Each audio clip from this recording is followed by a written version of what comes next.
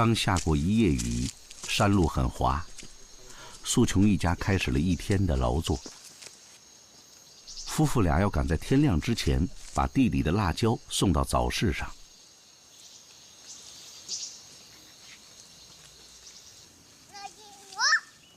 进入冬季，辣椒已不像刚成熟时那样鲜嫩肥厚，但这并不影响人们对它的热情。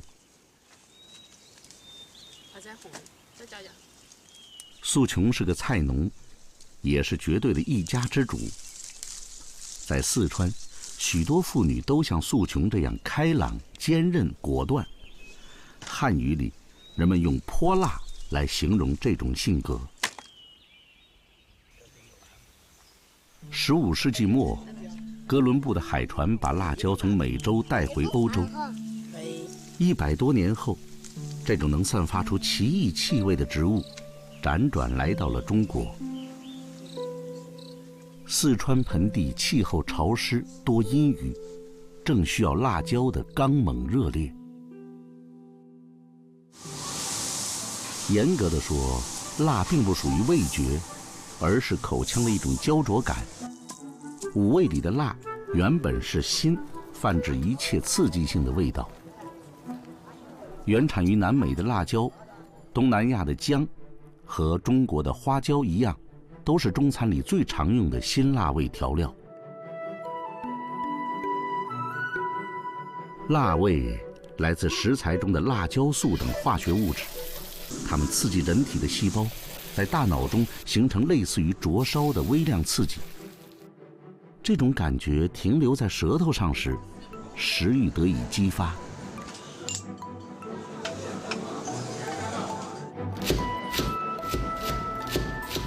在川菜中，无论是做主料、辅料，还是做调味料，辣椒都是宠儿。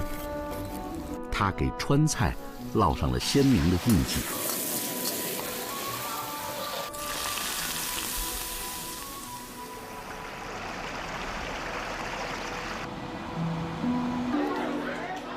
四川盆地生活着中国最闲适的人群，他们对味道的追求尤为独特，对辣椒的理解也各有心得。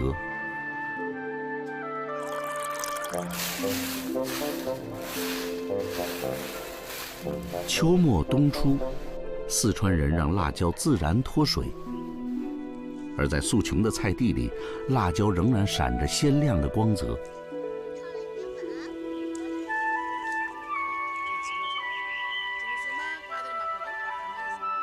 素琼特意推迟了这一季辣椒的种植和采摘，果然在冬季里卖出更好的价格。这种精明让她丈夫十分佩服。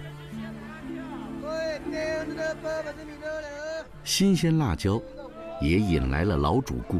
对，长一点的，红一点的，对。这种，我就要这个好的，我要这种2斤条，要红亮的。是最好的，不然颜色出不来呀。刘俊杰今年64岁，川菜特级厨师。2年前，他从美国回到家乡，结束了在国外多年的厨师生涯。老刘精心地泡了一坛辣椒，隔天换一次坛口的水，用来隔绝杂菌。泡椒是四川人创造性使用辣椒的经典方法之一。酿在坛子里的辣椒，经过神奇的化学反应，变得随和温婉，不再那么咄咄逼人。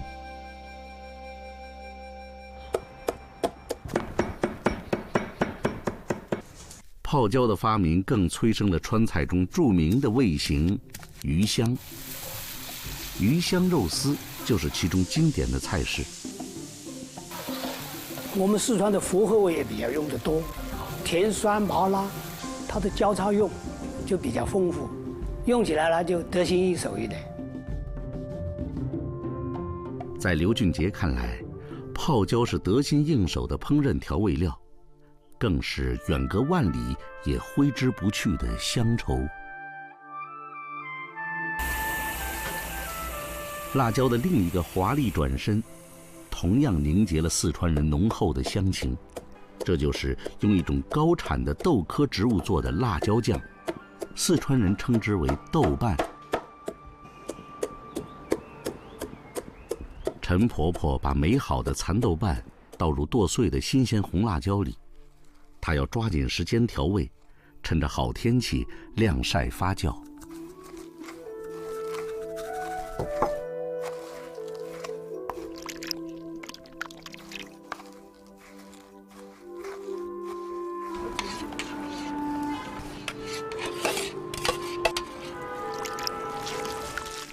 每年，陈婆婆都要给自己的子女们每人准备满满的一坛。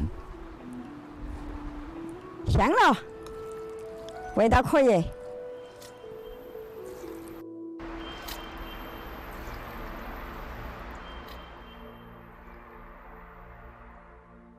坛子里静静地发酵，美味的辣酱即将大功告成。四川辣酱鲜辣浓香，辣味温和敦厚，是川菜依赖的重要调味料，用来炒菜提色生香。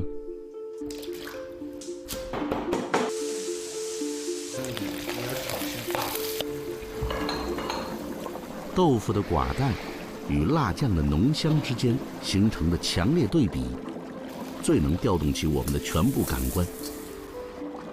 那种滚烫滑嫩的质感，划过舌尖流向喉头的享受，正是四川菜得以征服全中国乃至世界的绝技。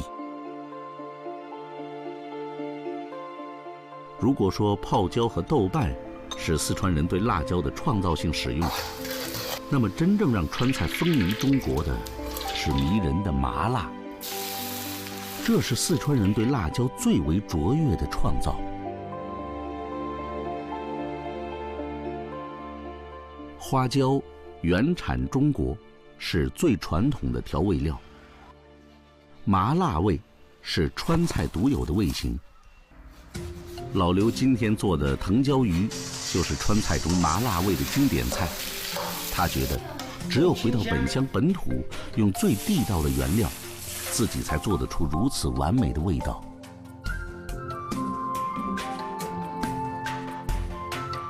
要想找到辣椒与花椒结合的更好的范例，需要到另一个城市。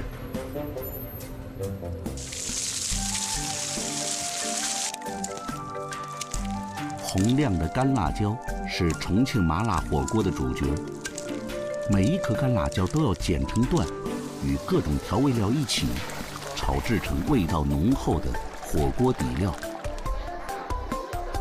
在重庆，每家火锅店都有自己炒制底料的秘方。每个重庆人都能根据自己的喜好调整火锅的口味。他们的性格也如麻辣火锅般率真泼辣，风风火火。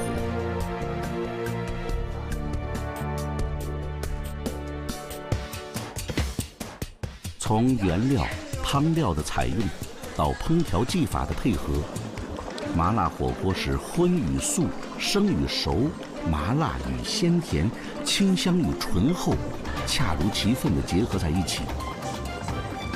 这也正是中国人对五味调和的理解。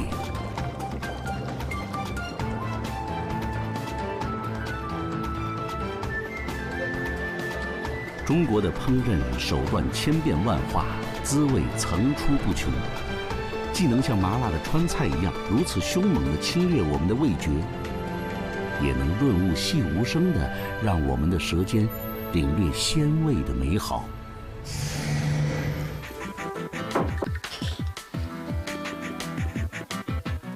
在中国，女厨师并不多见，做红案掌勺的更是少之又少。杨丽晶从来没有向往过妈妈的职业。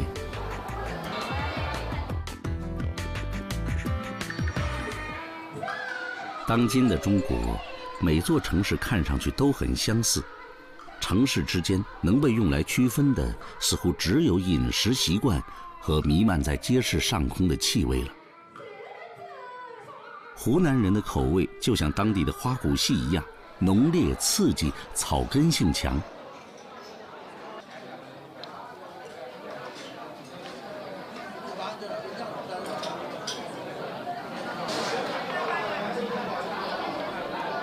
好香！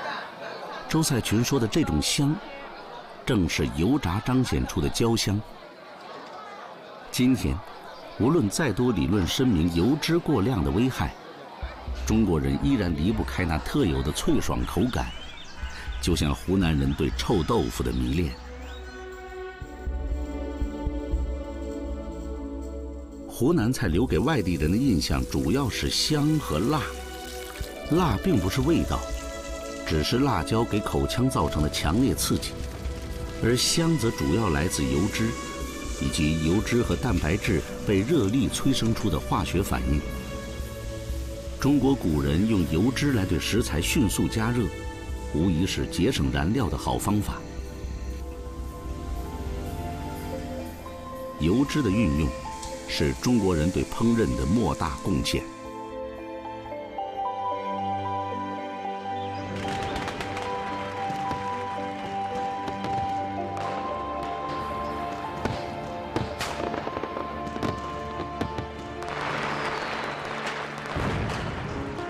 中国的味觉史就这样在辣味中延续着，而在远离香港闹市的内地山区，你可以领略到更加古老、更为原始的味道。湘西位于中国东西结合部，这里山川险峻，交通闭塞。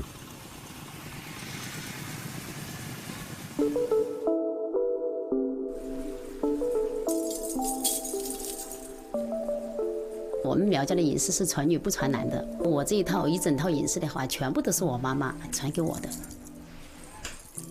龙毅出生在这个偏僻的山村，从小就渴望走出大山。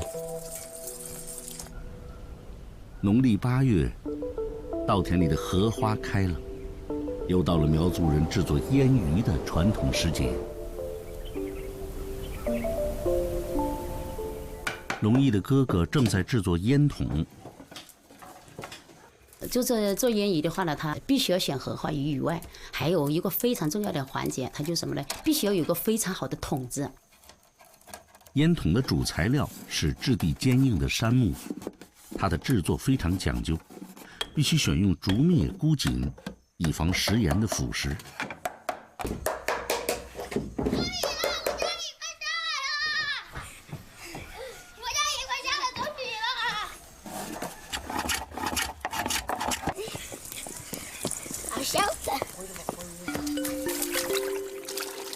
荷花鱼就是农家在稻田里放养的鲤鱼，因鱼喜欢吃飘落在水面上的荷花而得名。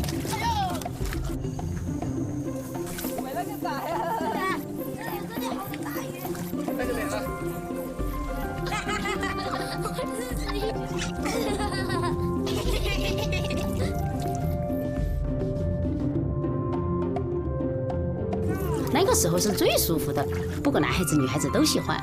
我记得我小时候很快乐的事就是我妈妈每年呐，就是有这个荷花鱼的时候，我妈妈每年都要做蒸鱼吃，热气腾腾的，一人一条，就拿着这么咬。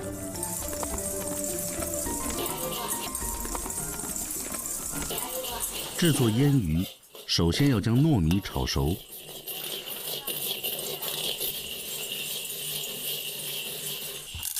这是必不可少的调味料之一。新鲜的上好的这红辣椒，就刚从地里面摘的。还有生姜，因为生姜它去腥。还有山赖。木姜子是必须要的，木姜子一般都是到山上采的。还有就是盐。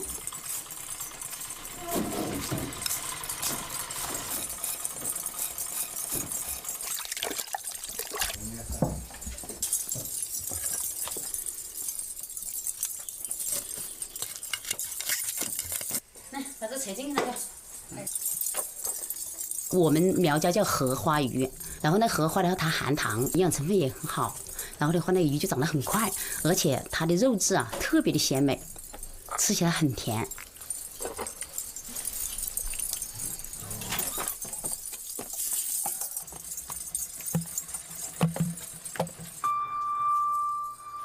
将鱼层层重叠压紧，再压上重石，1个月以后即可开桶食用。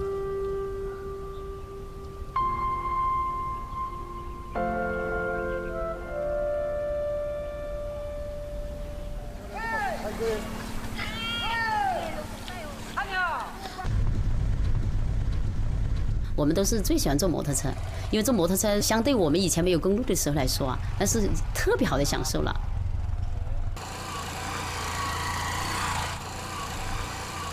读书的时候啊，虽然读得很苦，但是自己呢知道很努力，一定要走出去。就说我现在苦几年，以后我可能就幸福很久。烟鱼跟腊肉啊，在我们整个我读书期间的话呢，起了很大很大的作用。我妈妈他们就是给我们用那个玻璃瓶子啊，炒好大一瓶，全是烟鱼。有时候就是烟鱼里面放那个黄豆啊，或者是腊肉里面炒萝卜条呀，这样子带着走。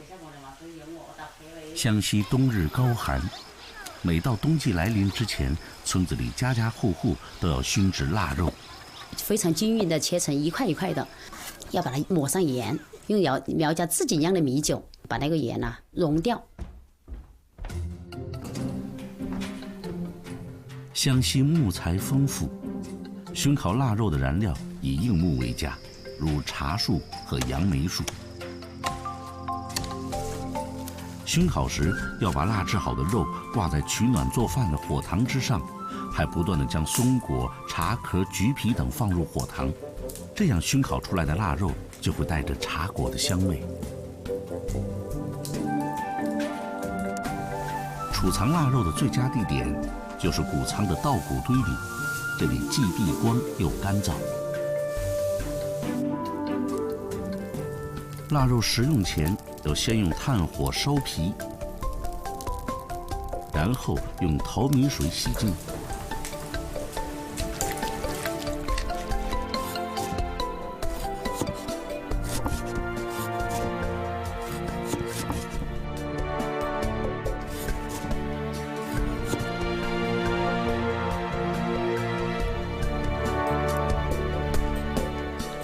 将腊肉和萝卜干一起炒，是苗家最常见的食用方法之一。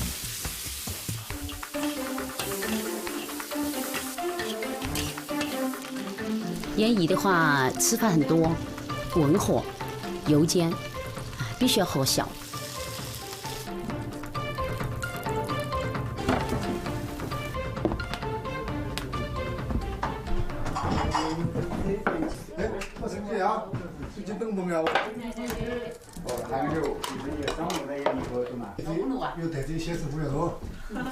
香很苦的。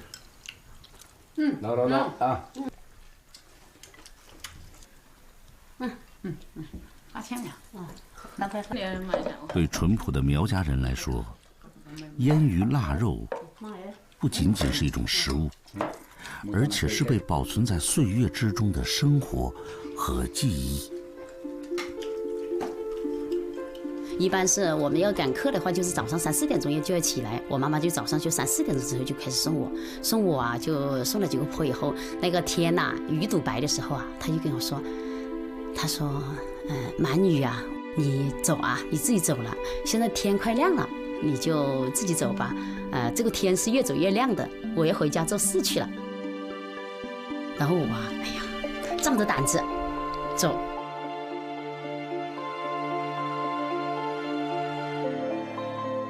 腊肉和烟鱼曾经陪伴着苗族少女走出一片新的天地。